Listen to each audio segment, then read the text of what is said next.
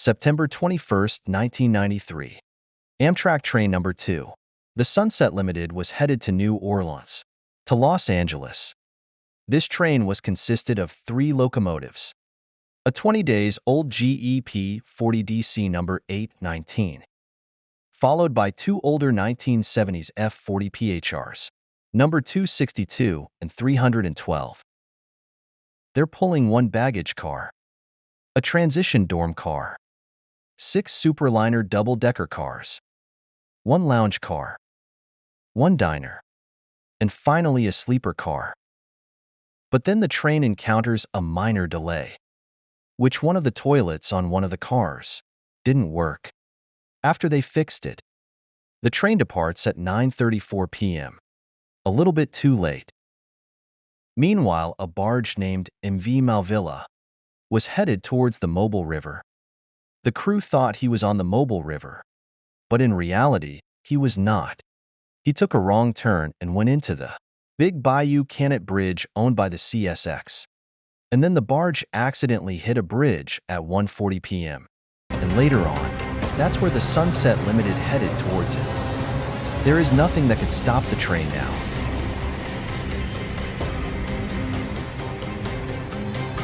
All right, here comes the bridge. Here we go.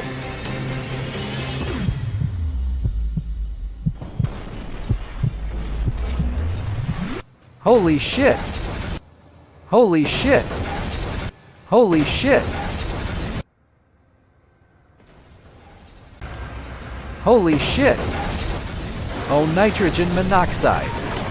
God save me.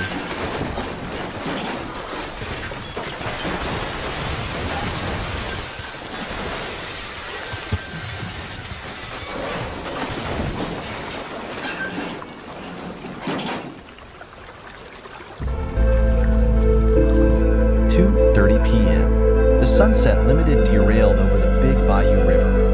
P40DC 819 impales itself into the mud, instantly killing the engineer.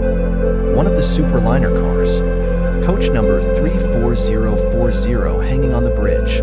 The accident caused by the river was too foggy to see, causing the barge itself hitting a bridge.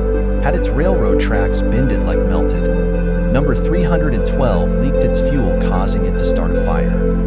There are more danger for passengers, not just the fire or the river, but the river is home to some alligators and venomous snakes. In the end, all 3 locomotives were hoisted up and scrapped.